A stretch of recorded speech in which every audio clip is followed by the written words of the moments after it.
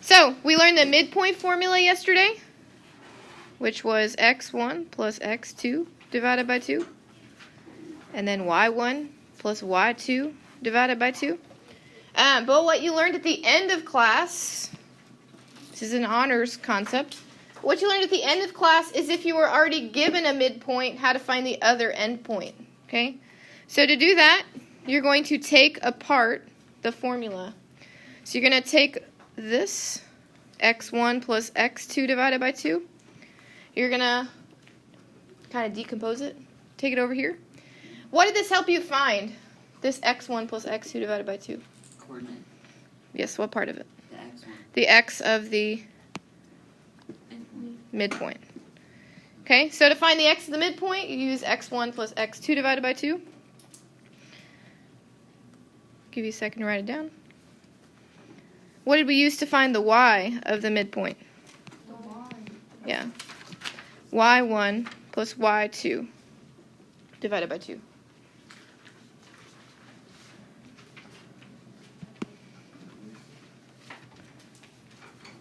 All right, so what is my x of my midpoint? I have midpoint M, so what is my x of my midpoint? 4. Okay, because M is my midpoint, like it says. So the x of my midpoint is 4.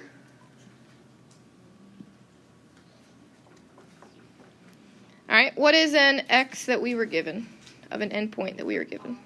5. Do we know the other x, the other endpoint? No. All right, so then what do we do next to get 5 plus x by itself? How do we get rid of this dividing by 2? Multiplying by 2. Both sides.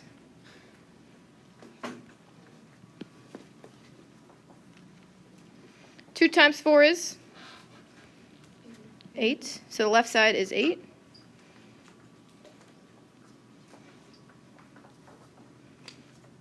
So we have 8 equals 5 plus x.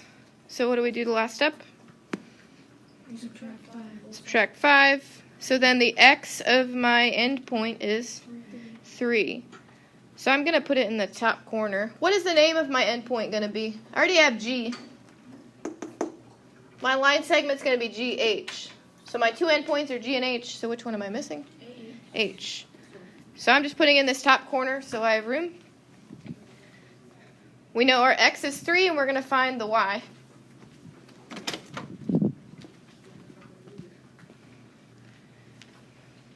All right, so what is the y of the midpoint that we're going to plug in? 3.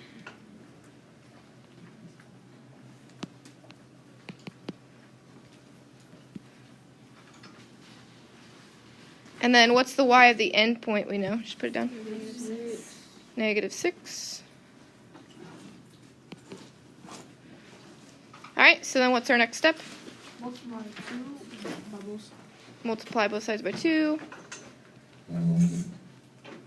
So 6 equals -6 plus y. What's my last step? Add 6 on both sides. Add 6 on both sides. What's 6 plus 6? 12. So what is my final answer? H. Oh, wait, y.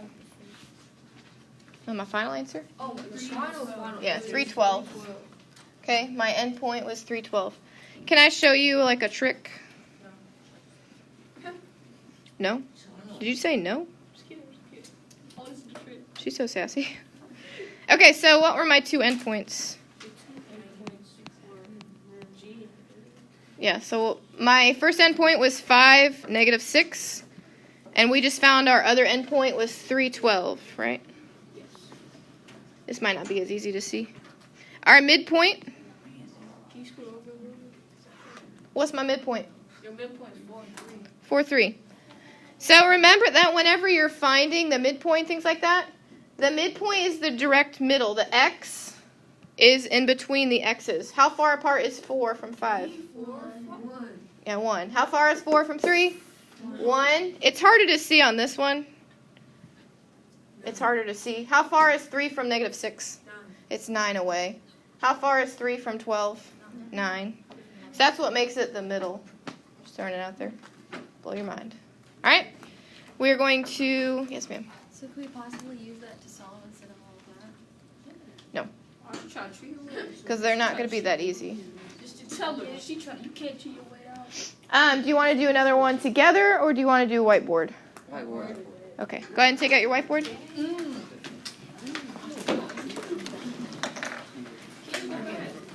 To the, like, what's the midpoint? Oh. I know.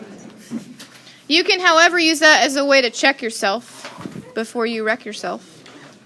I'll come get it in a minute. Wow. It was okay. I heard better. I'm not living my life for you, Ella, please. So I don't think this class wrote down the distance formula at all. Before you write it down, let me show you what I do to make it a little bit easier. This is the last page. Before you write any of this down, you have seen this before. Here's what I like to do. What is easier to remember, 2, 1 or 1, 2? 1, 2. So you're going to do x1 minus x2 and y1 minus y2. Okay? You can copy it down now. But this is the way that I do it in class. If you prefer it the other way that you learned it, that is fine. But when I do it with you, I'm going to do x1, x2, then y1, then y2.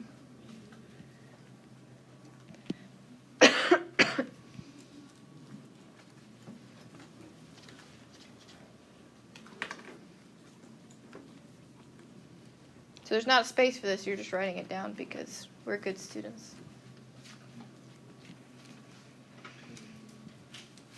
But I get you the same answer. Yes. But it's easier for me instead of, if you have 2 coordinate points in a row, 2, 1, 3, 4, whatever. It's easier for me to do x1, x2, and y1 and y2 instead of the opposite. It's harder for me to look at. If you're good at it, then do that. That's fine. Get the same answer. Your x's have to be in the same. Your y's have to be in the same. And whatever you do in the first set of parentheses, you have to do in the second. So if you do x1, x1, x2, you have to do y1, y2. And then if you did the reverse, you have to do the reverse in the second one. All right, so here's what I want you to know. I would write it down. You can use the distance formula to find the distance between 2 points all the time. But sometimes there's an easier way to find the distance. How do you think I'd find the distance of a horizontal line on a graph? We've done it this week. Just throwing it out there. How to find the distance, or the length is another way to say it, of a horizontal line on a graph. What did we do? It's from 1.2. Anybody want to look at 1.2 notes? Close. What did we do to find the length? We counted. So if it's a horizontal line, you can count the boxes, and that's the distance. You can still use the distance formula if you want to, but which one is easier, counting or distance formula? Counting is easier. All right, and then the same thing, if you have a vertical line, you can also count. The only time you cannot count the distance would be a diagonal. This is what the distance formula was especially created for. If you have any type of diagonal, you have to use the distance formula, okay? But if it's a vertical or horizontal line, you can count. You're going to do a worksheet later with a partner. There's one problem that you can literally just count instead of doing the distance formula, okay? So keep that in mind. If it's horizontal, count. If it's vertical, count. Make your life easy, okay? When it comes to the signs, does everyone see the signs? It's a minus, a plus, and a minus. Here's how I always remember. Does this look like a face to anybody else? Okay, well, my other classes said yes. So me and 80 other kids, Ella. So I always see the face is how I remember, okay? Because the most common thing that students get wrong on this formula are the signs. So it's a minus plus minus, and it looks like a weird-looking face, okay? We're going to do our first 2 examples. Anytime you're learning a formula, I always suggest writing down the formula at the start of your problem. Helps you slowly memorize that formula. So you have x1 minus x2 squared plus y1 minus y2 squared, all under a radical.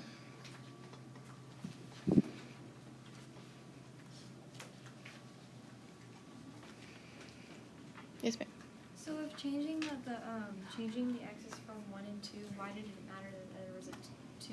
Because in calculus, you use 2 and 1. And then in the slope formula, you've seen the slope formula. It looks like y2 minus y1 over x2 minus x1. You can also flip it with that too. We do this in chapter 3, and I also tell you to flip it then. But basically, it's rise over run, but in the calculus form.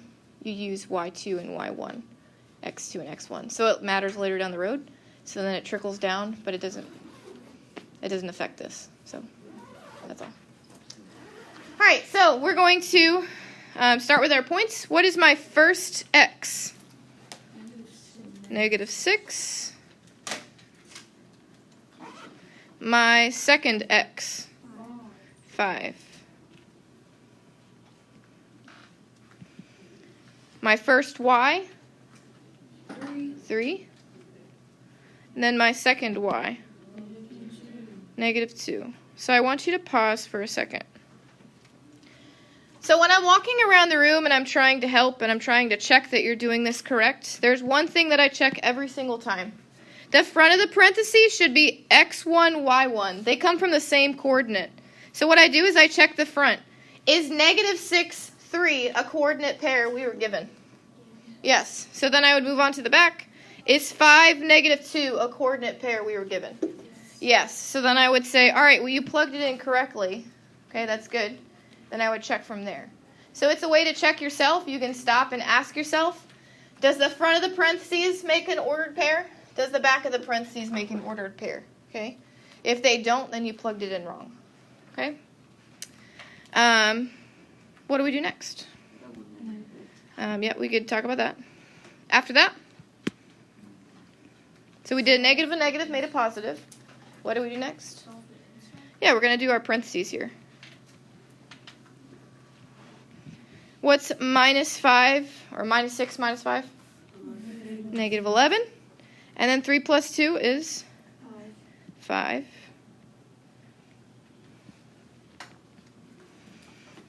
What is -11 squared?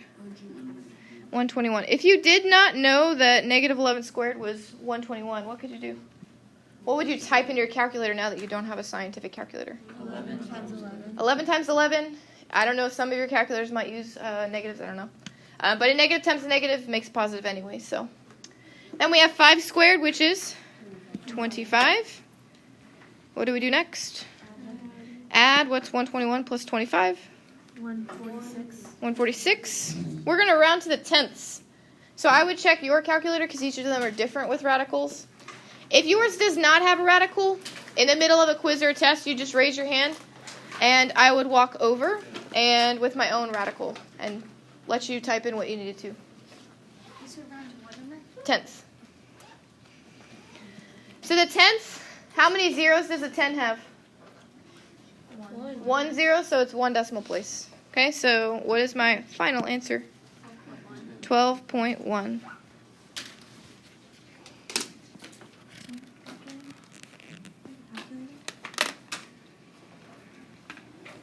For the second, go ahead and write down the formula.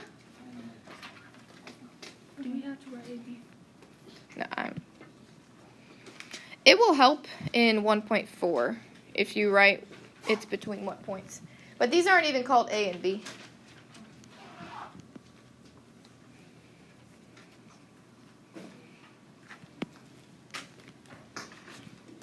So what's the main difference between this problem and the one before?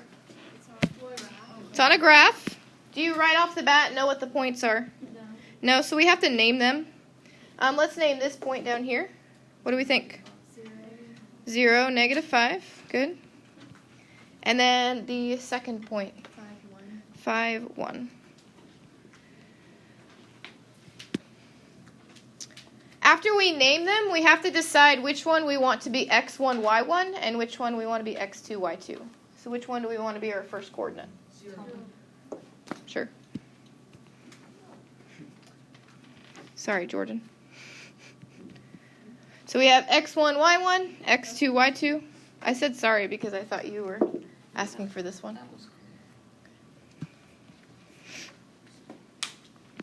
All right, so what am I going to plug in for x? 1, 0. And then x2? 5. Y1, negative 5. Y2, right? Yeah, 1. Yeah. All right, so I color-coded it so you can again see. We're going to stop at our little checkpoint.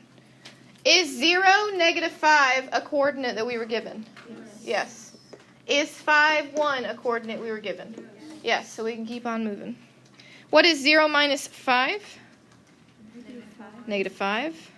And then minus 5 minus 1? Negative 6.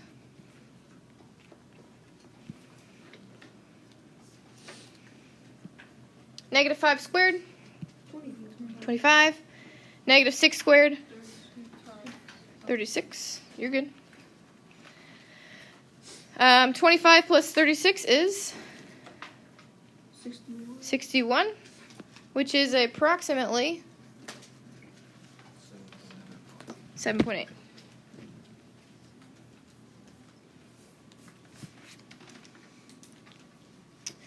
If you look at the bottom of your notes, it'll ask a question. It's not going to appear on the screen.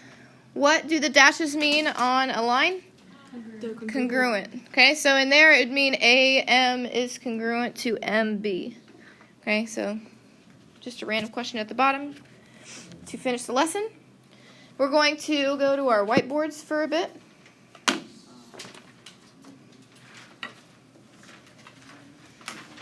We're going to find the distance between these 2 points.